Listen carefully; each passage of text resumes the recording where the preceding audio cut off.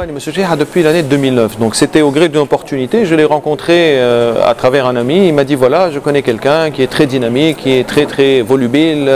Il va dans tous les sens et il est en train de se développer sur un marché fortement en croissance. Et il voudrait être accompagné parce qu'il est en négociation avec un fonds d'investissement.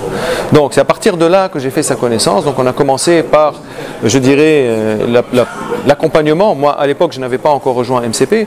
Maintenant en rejoignant MCP, donc c'est là que j'ai attiré Mahdi pour lui dire écoute, le contexte étant ce qu'il est, les fonds d'investissement sont très frileux, ils quittent la Tunisie pour la plupart, donc vous n'allez pas rencontrer la solution de capitaux, de financement de capital qu'il est nécessaire d'avoir à votre stade. Parce qu'il faut savoir une chose, c'est que l'endettement, l'économie d'endettement a des limites. On ne veut pas se croître ad vitam aeternam à l'infini avec seulement de la dette parce qu'on rencontre très vite des limites et ces limites ne peuvent être dépassées que par l'ouverture de capital. Donc on peut faire cette ouverture de deux manières, ou bien à travers un fonds d'investissement, une SICAR, ou bien à travers une levée de fonds, aussi bien auprès de privés que l'appel public à l'épargne.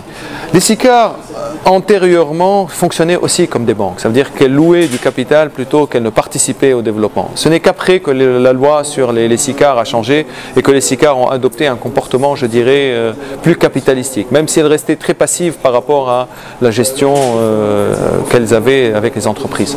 Et c'est tant mieux que MIP, en fait, c'est une rencontre. C'est au gré donc de cette rencontre que j'ai pu accompagner Mahdi qui me fait confiance et je lui dis voilà, aujourd'hui MIP s'introduit en bourse et c'est le moment de s'introduire, en tout cas pour affronter l'avenir, parce que l'avenir est aujourd'hui source de beaucoup de choses, d'espérance mais aussi de menaces. Et il faut y faire face et il n'y a rien de mieux que d'y faire face avec du capital. Il y a eu une étude qui a été faite, il y a eu un cabinet, je pense, qui s'appelle 3B, donc lui a fait le panorama du secteur, sans compter les lectures qu'on a eues, les études qu'on a eues de Zenith Optimedia, qui est un opérateur très connu dans l'analyse de cette activité-là.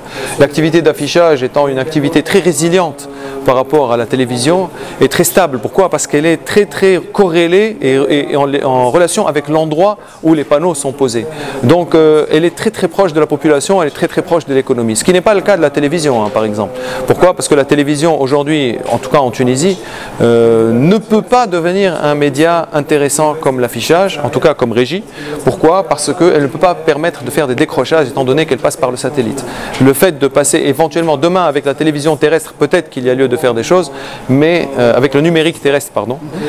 Maintenant, dans la configuration actuelle, avec cette foison de chaînes de télévision, il y a un émiettement de l'audience et ça ne peut pas rencontrer, je dirais, un intérêt économique pour de grands opérateurs. D'ailleurs, la plupart continuent de faire de la publicité dans les grands médias internationaux et non pas dans ces télés-là. On ne voit pas beaucoup de communication. Il y a un autre élément très important, les gens doivent le comprendre, la particularité de l'affichage par rapport aux autres médias, c'est qu'en fait, en tant que support publicitaire, les gens regardent l'affichage quand ils ne regardent pas les autres médias. Ils regardent l'affichage le jour, ils regardent la télé la nuit.